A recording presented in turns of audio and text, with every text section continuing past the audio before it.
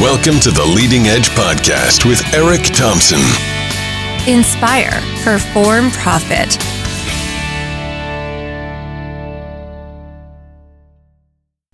Well, hey there, everybody. Welcome to episode number 29. I hope you're doing awesome. Thank you so much for engaging with the Leading Edge Podcast.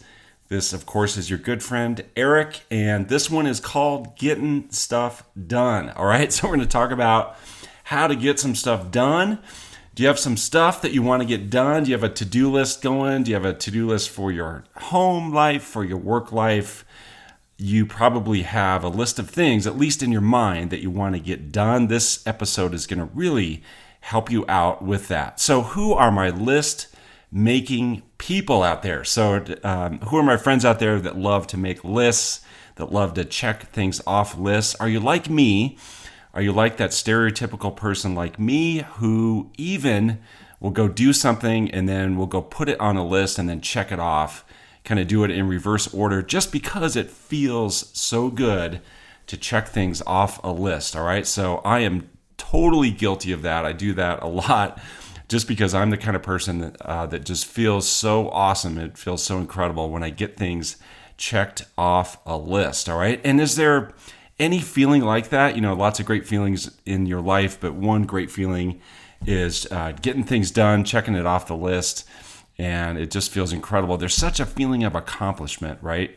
When you get something done, especially when it's something big. So I'll give you an example. Last Friday, I was a getting stuff done machine because I was getting ready to go camping over the weekend. Typically on the weekend, there are some work projects that I do, all right? So there are a handful of things that I always do on the weekend related to work, and usually every weekend there's something unique that I'm doing for work. You know, maybe it's a newsletter I have coming up, or maybe it's something I have to write or prepare for that there just wasn't time during the week to get stuff done, and I end up doing it on the weekend, and I have no problem with that. I actually enjoy getting some work projects done over the weekend, but because I was going to be camping, I knew that there was going to be no time for any of that, so I had to get some stuff done on Friday, and I was a machine. I even had people commenting to be like, man, you were getting some stuff done today. So I got some stuff done last Friday, and you know what? I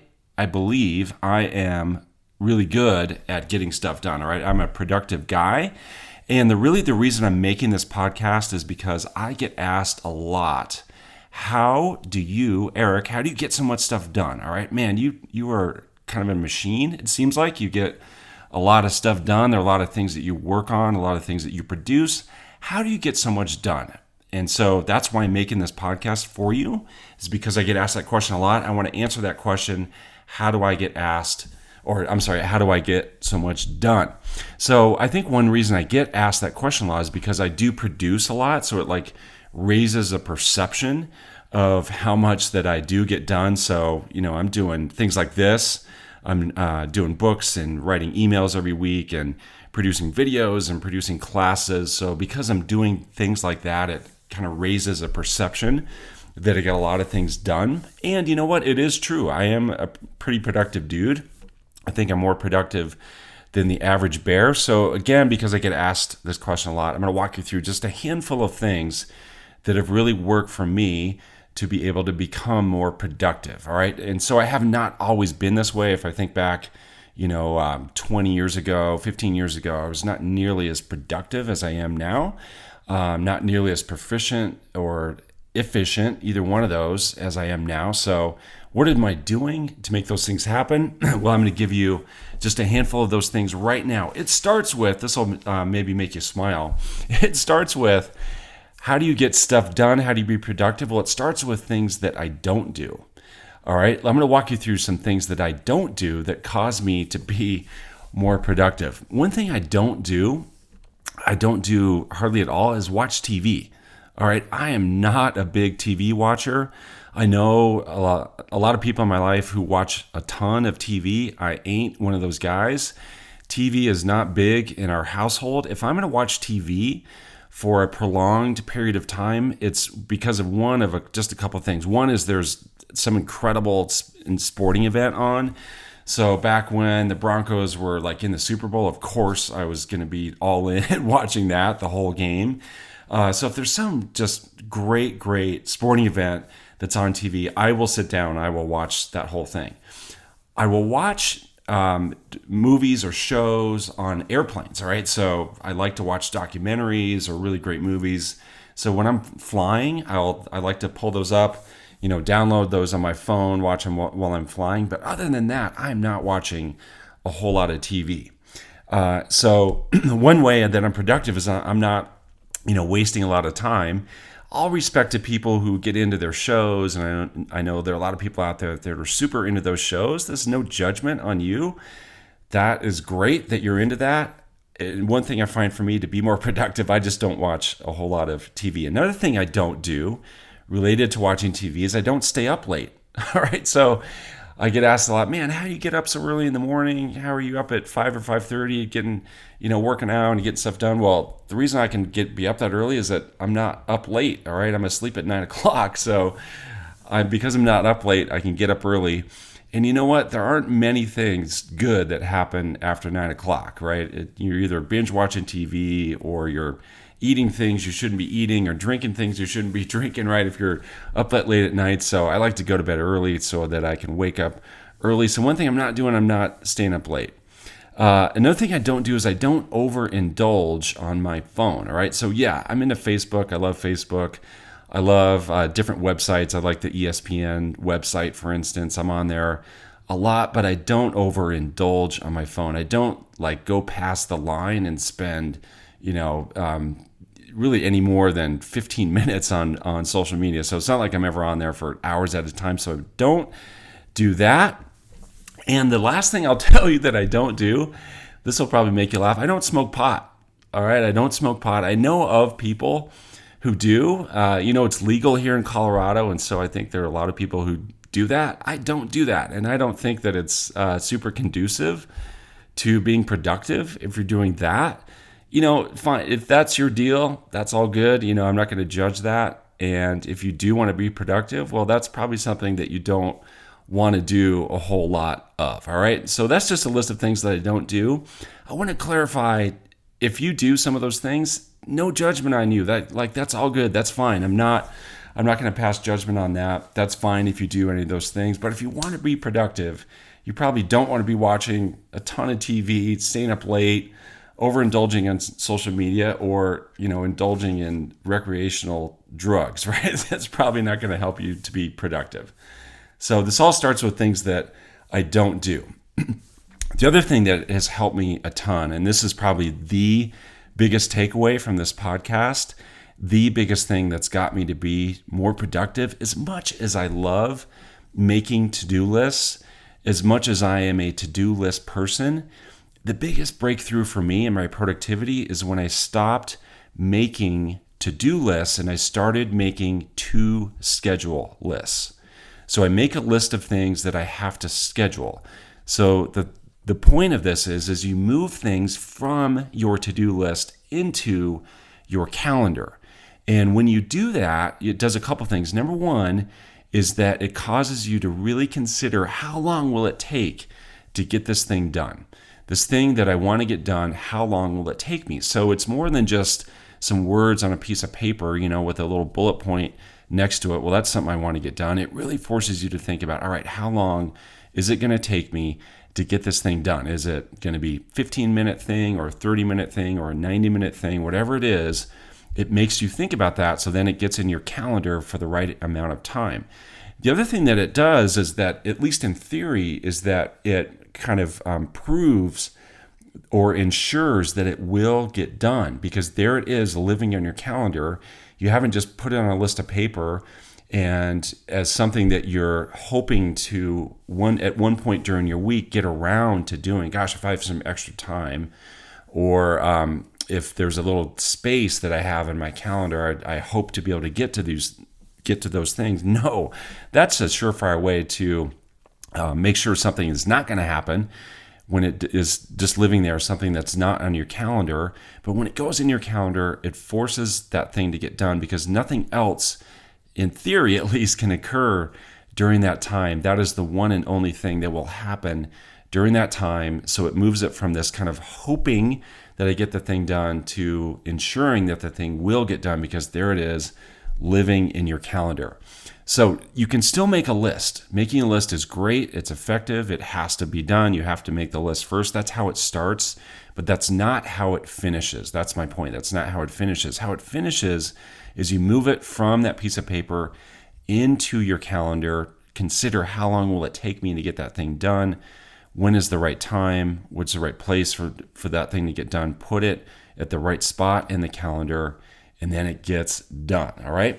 Which then leads to my next one that causes me to be productive, that really helps with my productivity. I line up my work with my environment, all right? I line up my work with my environment. There are some things that I simply just cannot do in the office because the odds of me being distracted are way too high. So for example, this podcast, I record this podcast pretty much all the time at my home office because the odds of me not being interrupted, distracted are super high.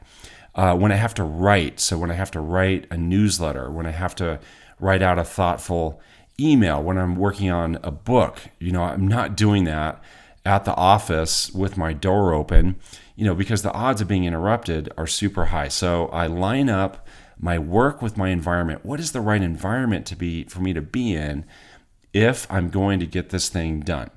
The next thing I do is I line up my work with the right time of day. So there are certain things that I have to get done in the morning. So I am at my best in the morning. I think I'm at my best mentally.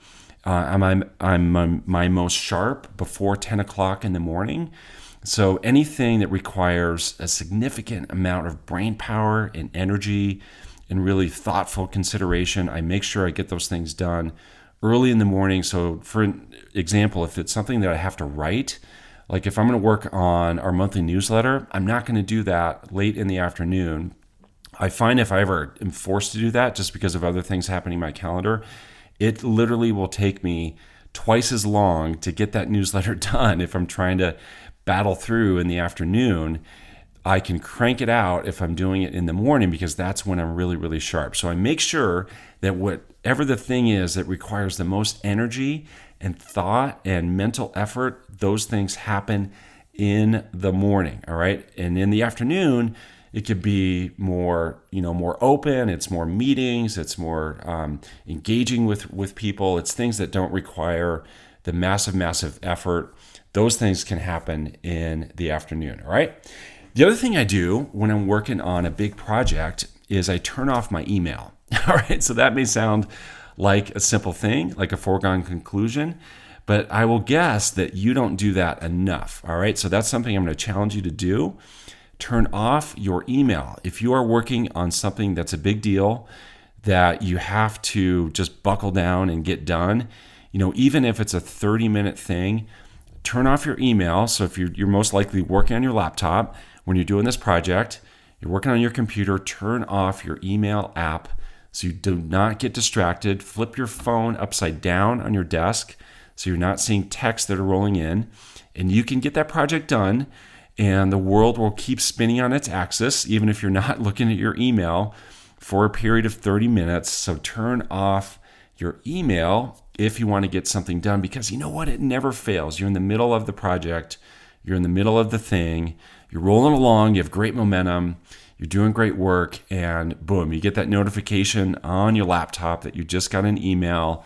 And what's the temptation? The temptation, of course, is you want to go and see what that email is about and see if you can answer it so your inbox is not filling up. Right? That's super gratifying.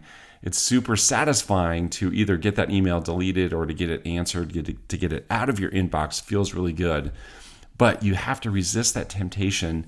Resist it by turning off your email app, and that will allow you to be way more focused and way more productive. So one thing I do when I'm working on something big, I turn my email off.